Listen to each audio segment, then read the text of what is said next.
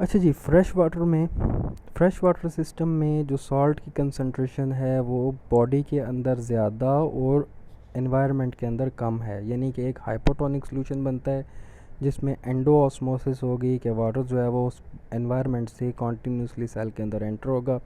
अब एनिमल्स को यहाँ पे प्रॉब्लम ये है कि ये कॉन्टीन्यूसली इनटेक ऑफ वाटर को फेस करें, यानी फ्लड ऑफ बॉडी फ्लूइड्स और सॉल्ट्स क्योंकि बाहर कम है और बॉडी में ज़्यादा है और वो कॉन्टीन्यूसली लॉस हो रहे होंगे।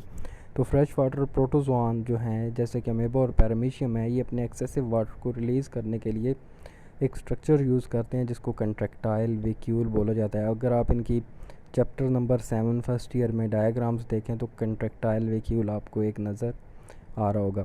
इस तरह फ्रेश वाटर एनिमल्स जैसे कि फ़िश वगैरह हैं, ये अपने एक्सेसिव वाटर को रिलीज़ करने के लिए बहुत ज़्यादा अमाउंट में डाइल्यूट यूरिन बनाते हैं और सॉल्ट को जो है वो कंपनसेट करने के लिए ये सॉल्ट कंटेनिंग फूड यूटिलाइज़ करते हैं और एक्टिव अपटेक करते हैं सॉल्ट की by gills and skin. Then next पे जो है वो ट्रिस्टियल इन्वायरमेंट है। ट्रिस्टियल इन्वायरमेंट में ऑर्गेनिज्म किस तरह से अपने वाटर को रिटेन करते हैं। तो terrestrial environment with respect to osmoregulation बहुत हार्श है।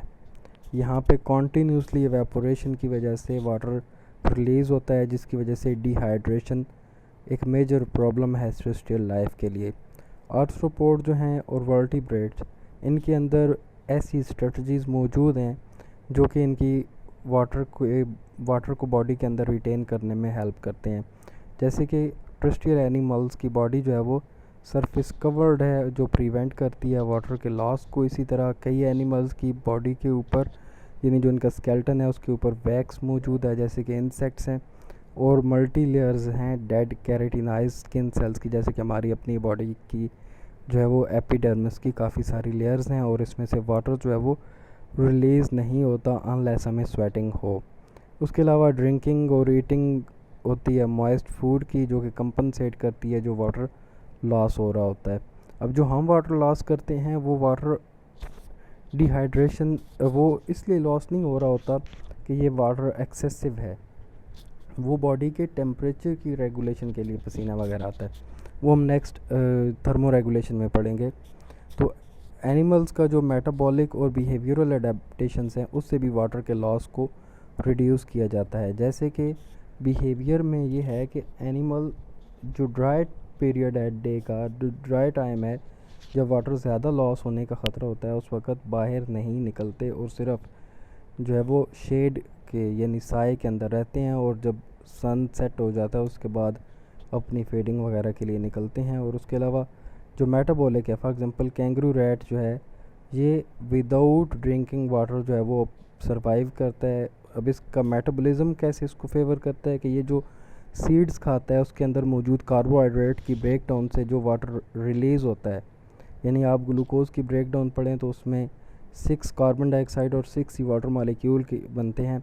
तो ये इसी तरह रिलीज़ होने वाले वाटर मालिक्यूल्स पे अपना तमाम का तमाम जो है वो बॉडी के फंक्शंस, वो वाटर जो बॉडी के फंक्शन परफॉर्म करने में लिए यूज़ होता है वो इनटेक करता है फ्रॉम मेटाबॉलिज्म ऑफ कार्बोहाइड्रेट से। जबकि कुछ ऑर्गेनिज़म्स ऐसे हैं, अब कई लोग एनहाइड्रोबियोसिस को ये कह देते हैं कि जो कैंगरू रैट का सर्वाइव का मैकेनिज़्म है वो एनहाइड्रोबियोसिस है। नहीं, एनहाइड्रोबियोसिस एक अलग टर्म है, कैंगरू रैट का सर्वाइवल एक अलग मैकेनिज़्म है। कुछ ऑर्गेनिज़म्स ऐसे हैं जो कि कंसनट्रेटेड यूरिन बनाते हैं और किडनीज़ जो है वो मैक्सिमम वाटर को रीअब्जॉर्ब कर देती हैं। जबकि नेक्स्ट एनहाइड्रोबियोसिस है कि ऐसे टर्रेस्ट्रियल एनिमल्स जो टॉलरेट कर लेते हैं डिहाइड्रेशन को, और ये मुख्तलिफ एनिमल्स में ये कैपेसिटी डिफरेंट है, और इस जो कैरेक्टरिस्टिक है इसको एनहाइड्रोबियोसिस कहते हैं। या हम एनहाइड्रोबियोसिस को प्रॉपरली डिफ़ाइन करें तो anhydrobiosis is the capability of animal to withstand dehydration. अब इसका लेवल डिफरेंट है, कुछ एनिमल बहुत कम डिहाइड्रेशन सर्वाइव करते हैं और कुछ एनिमल्स ऐसे हैं जो कि बहुत ज़्यादा डिहाइड्रेशन सर्वाइव कर सकते हैं। जैसे कि इसमें कैमल आ जाता है, कैमल बहुत ज़्यादा डिहाइड्रेशन को भी सर्वाइव कर सकता है या उसको अपने सर्वाइवल के लिए बहुत स्मॉल क्वांटिटी में वाटर की ज़रूरत है।